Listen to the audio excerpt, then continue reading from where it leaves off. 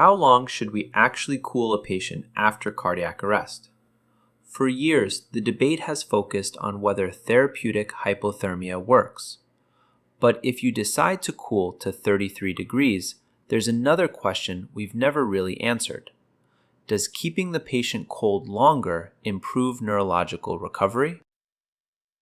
This week, we'll look at what that means for post-cardiac arrest care, whether cryobiopsy should change how we sample peripheral lung lesions, and how much you can really trust lung ultrasound when diagnosing pneumonia. Welcome to This Week in Pulmonary and Critical Care Medicine, where we focus on new evidence that matters at the bedside. Let's get started. Therapeutic hypothermia after cardiac arrest has had an unusual history. The biological rationale is compelling. Lowering temperature reduces cerebral metabolic demand and appears neuroprotective in experimental ischemia-reperfusion injury. But clinical trials have been far less consistent, and even among clinicians who still cool patients to 33 degrees, one practical question has remained unresolved. How long should we keep them there? Published in JAMA, ICECAP was designed specifically to answer that question. This was a multi-center, randomized, adaptive trial conducted at 71 U.S. hospitals. Investigators enrolled comatose adults after out-of-hospital cardiac arrest who were already being treated with therapeutic hypothermia and could achieve a temperature below 34 degrees within 4 hours of arrest. Importantly, this was not a trial of hypothermia versus normothermia. Every patient was being cooled to 33 degrees. The intervention was the duration of cooling. The adaptive design allowed allocation to durations between 6 and 72 hours. Ultimately, 1,158 patients were randomized to durations ranging from 6 to 48 hours before the trial reached its pre-specified stopping criterion. The population was also different from many earlier temperature management trials. Most patients had a non-shockable initial rhythm, while 275 had a shockable rhythm. The primary outcome was neurological function at 90 days using a weighted modified Rankin scale. And this is where things became interesting. There was no evidence that neurological recovery improved as cooling duration increased. For patients with a non-shockable rhythm, the posterior probability that 6 hours was the shortest duration consistent with the maximal neurological outcome was 0.51. For patients with shockable rhythms, it was remarkably similar, 0.49. That does not mean ICECAP proved that 6 hours of cooling is the optimal treatment. What it tells us is that the duration response curve was essentially flat. Extending hypothermia did not produce progressively better neurological outcomes. The secondary outcomes pointed in the same direction. Neuropsychological testing did not differ according to cooling duration. And importantly, there was no evidence that longer cooling reduced mortality. Overall, 90-day mortality was high at 74.4%, reflecting the severity of this population, particularly the predominance of non-shockable arrests. So how should we interpret this? The intuitive assumption has been that if hypothermia protects the brain, perhaps maintaining it longer provides more protection. ICECAP provides little support for that idea. But there is an equally important limitation. This trial cannot tell us whether cooling to 33 degrees itself is beneficial. Everyone in the study received therapeutic hypothermia. ICECAP answers a narrower question. Once you have chosen to cool to 33 degrees, does extending the duration improve outcomes? And patient selection matters. Participants had to cool rapidly, reaching below 34 degrees within 4 hours. The authors acknowledge that this may have inadvertently selected patients with more severe neurological injury or impaired thermoregulation.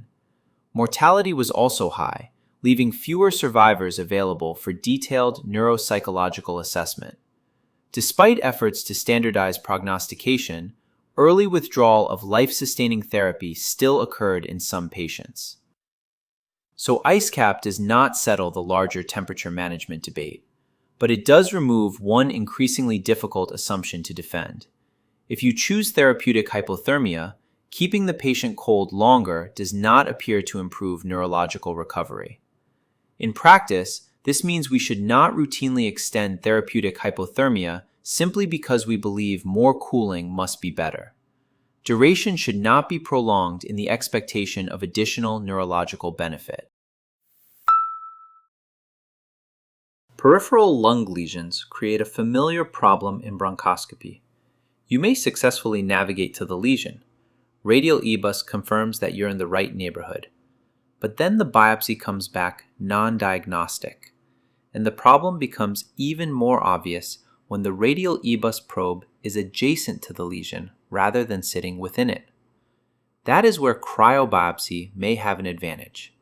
Published in the Lancet Respiratory Medicine, Cryo-RCT was an international, open-label, randomized trial conducted across 6 centers in Japan, Malaysia, South Korea, and Taiwan. The investigators enrolled adults with peripheral pulmonary lesions 30 millimeters or smaller that could be visualized with radial EBUS. After confirming radial EBUS visualization, 627 patients were randomized, 314 to standalone cryobiopsy and 313 to conventional sampling. The comparison is important. This wasn't cryobiopsy added on after conventional biopsies. It was a standalone cryobiopsy strategy versus conventional bronchoscopic sampling using forceps, aspiration needles, or both. Cryobiopsy generally aimed for only 1 to 3 specimens, while conventional sampling aimed for at least 5 when feasible. The primary outcome was histology-based diagnostic yield, and overall, cryobiopsy performed better. Diagnostic yield was 83% with cryobiopsy versus 75% with conventional sampling, an absolute difference of 8.9 percentage points. But the more clinically interesting finding appeared when radial EBUS was not centered within the lesion. Among patients with an adjacent to or eccentric radial EBUS view, diagnostic yield increased from 65% with conventional sampling to 77% with cryobiopsy, a 12.4 percentage point improvement. That makes biological and procedural sense. A conventional forceps biopsy samples tissue primarily in front of the instrument. A cryoprobe freezes tissue around its tip, providing circumferential tissue acquisition. So when the airway takes you beside the lesion rather than directly through it, cryobiopsy may reach tissue that conventional instruments simply miss. And there was another potentially important signal. In the relatively small subgroup undergoing multiplex gene panel testing, testing was successful in 98% with cryobiopsy versus 90% with conventional sampling. That finding is intriguing, particularly as molecular profiling increasingly determines treatment, but it was exploratory and based on only 83 patients, so it should not be overinterpreted. Now the trade-off. Better tissue acquisition came with more procedural complications. Moderate bleeding occurred in 38% with cryobiopsy versus 19% with conventional sampling. Importantly, moderate bleeding in this study meant bleeding requiring additional bronchoscopic intervention without hemodynamic instability. Severe bleeding remained uncommon, 1% in both groups, and there was no life-threatening bleeding. Pneumothorax was also more frequent, 2% with cryobiopsy versus less than 1% with conventional sampling. 5 patients in the cryobiopsy group required chest tube drainage, compared with none in the conventional group. Serious adverse events, however, were uncommon and occurred in 2% of both groups. So this isn't simply a story of higher yield. It is a trade-off between better tissue acquisition and greater procedural complexity. There is also an important limitation to how broadly we apply these results. These procedures were performed at centers experienced in peripheral bronchoscopy and cryobiopsy, with appropriate airway and bleeding control strategies. And patients were randomized only after radial EBUS successfully visualized the lesion. So this trial tells us what happens once you've reached and visualized the target. It does not tell us that cryobiopsy solves the navigation problem. But for the lesion you can reach, particularly when radial EBUS shows an eccentric or adjacent view, the signal is difficult to ignore.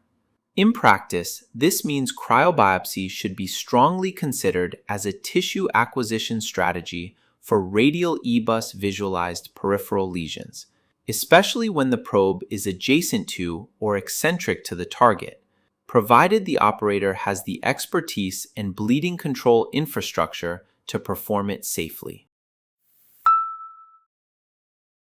Lung ultrasound is increasingly used to diagnose pneumonia. But here's the problem. Not every abnormal lung ultrasound means pneumonia. B-lines, consolidation, pleural abnormalities, and air bronchograms can all appear in several different pulmonary conditions. So the real skill is not simply recognizing an abnormal image, it is understanding what each finding actually means. Published in JAMA, this clinical review examined the role of point-of-care lung ultrasound in diagnosing pneumonia and summarized the available diagnostic performance data. And this is worth paying attention to because the 2025 American Thoracic Society Guideline on Community-Acquired Pneumonia now considers POCUS an acceptable alternative to chest radiography for adults with suspected community-acquired pneumonia, when appropriate expertise is available. So what are we actually looking for? Start with B-lines. B-lines are vertical hyperechoic artifacts that arise from the pleural line. But this is where many clinicians make their first mistake. B-lines are not pneumonia. Bilateral B-lines can occur with pulmonary edema, interstitial lung disease, or aspiration. Their meaning depends heavily on distribution and the rest of the ultrasound examination. Focal B-lines are more suggestive of a localized process, but even then, they are not particularly sensitive for pneumonia. Now consider consolidation. When peripheral lung becomes airless, ultrasound can penetrate the tissue and the lung begins to resemble a solid organ. Subpleural and lobar consolidations therefore become visible. Among individual ultrasound findings summarized in this review, lobar consolidation had the highest sensitivity for pneumonia, 78%. But sensitivity is only part of the story. One of the most useful findings is the dynamic air bronchogram. Air bronchograms appear as bright lines or dots within consolidated lung. If those air bronchograms move with respiration, air is still entering the bronchi within that consolidated region. That pattern supports pneumonia. By contrast, a static air bronchogram does not move with respiration and may suggest resorptive atelectasis distal to an obstructed airway. Think about that for a moment. The consolidation may look similar. The number hasn't changed, the movement has, and that changes the interpretation. Dynamic air bronchograms were highly specific for pneumonia in the data summarized here, with a pooled specificity of 96%. Focal B-lines also had a specificity of 96%, although their sensitivity was much lower. When findings were combined rather than interpreted individually, performance was considerably stronger. A 2025 meta-analysis of 1,011 adults with suspected community-acquired pneumonia found that lung POCUS using B-lines, consolidation, or air bronchograms had a pooled sensitivity of 90% and specificity of 91%, compared with chest CT. Those numbers are impressive, but they need context. Ultrasound can only identify pathology that reaches the pleural surface. A pneumonia that is centrally located and surrounded by normally aerated lung may simply be invisible to ultrasound. Body habitus and chest dressings can also degrade image quality.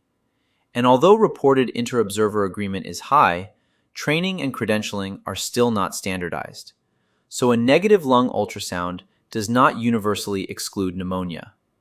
and an abnormal ultrasound should never be interpreted without the clinical picture.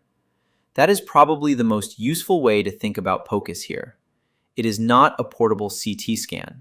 It is a bedside physiological examination that tells you what is happening at the pleural surface.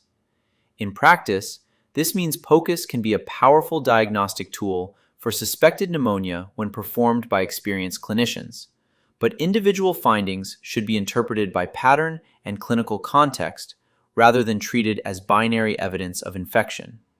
And the teaching point is simple. Don't ask only whether the ultrasound is abnormal. Ask what the abnormality represents. So what should we take away from this week? ICECAP reminds us that a biologically plausible therapy doesn't necessarily become more effective simply by giving more of it. If we choose to cool after cardiac arrest, extending the duration of hypothermia does not appear to improve neurological recovery. Cryo-RCT shows us something different. Sometimes the problem isn't reaching the lesion, it's what happens once we get there. Cryobiopsy improved diagnostic yield, particularly when radial EBUS showed an eccentric or adjacent view, although that benefit came with more bleeding and pneumothorax. And lung ultrasound reminds us that seeing an abnormality is only the beginning. B-lines, consolidation, and air bronchograms become useful when we understand what they represent and interpret them in clinical context. If you found this useful, share your thoughts in the comments, subscribe, and join me again next week for another look at the evidence shaping pulmonary and critical care medicine.